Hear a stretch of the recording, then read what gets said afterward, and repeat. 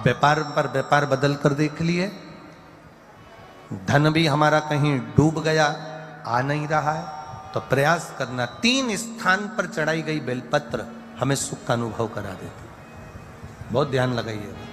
पहला, अशोक सुंदरी की जगह। अब ये बेलपत्र जब भी आप चढ़ाएंगे तो रविवार की अगर प्रदोष पड़ जाए, कौन से दिन? रविवार की प्रदोष के दिन ये प्रयोग अवश्य कर कर देखिएगा।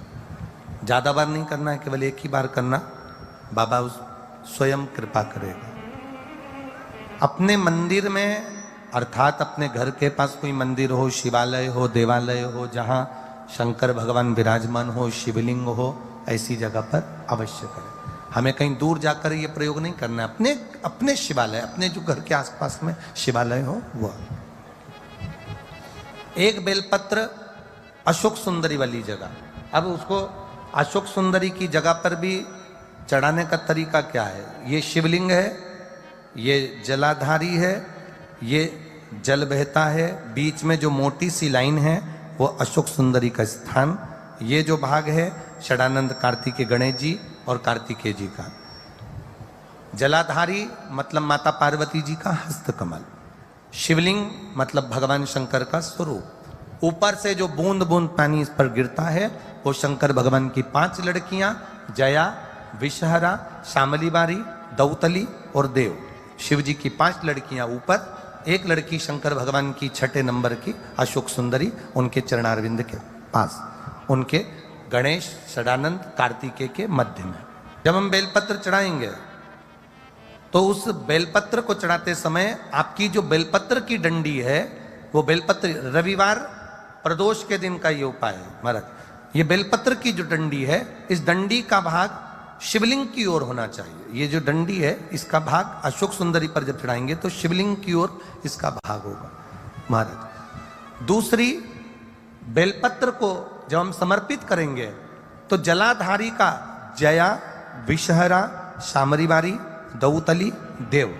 मान लो जलाधारी ऊपर नहीं है शंकर जी के, तो उसका स्मरण कर कर 5 कन्याओं का नाम लेकर जया, विषहरा, शामलीबारी, दौतली, देव, इनका स्मरण कर कर शंकर भगवान के शिवलिंग पर बेलपत्र रखेंगे। बेलपत्र कहाँ रखना है? आप अगर यहां बैठे हो तो आपके विपरीत में डंडी का मुख होना चाहिए। ये बेलपत्र की जो डंडी है इसका मुख आपके विपरीत में हो। आप यहां बैठे हो तो डंडी उधर होगी, आप इधर बैठे हो तो डंडी का मुख इधर होगा, आप उधर बैठे हो तो डंडी का मुख इधर होगा। आपके ठीक विपरीत की ओर डंडी का मुख हो।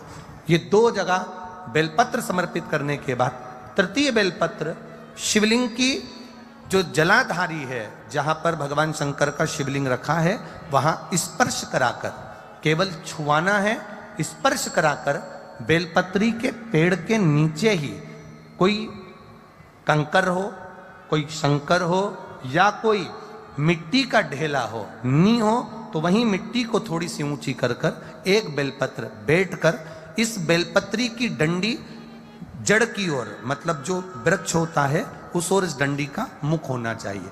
ये 3 रविवार के प्रदोष के दिन शंकर भगवान पर चढ़ाई गई बेलपत्र से हमारा गया हुआ धन भी पुनः आने का रहता है और हमारा जो व्यापार बार बार बंद हो रहा है, शिव की कृपा से एक बार चालू तो चालू हो ही जाता है। शिव तत्व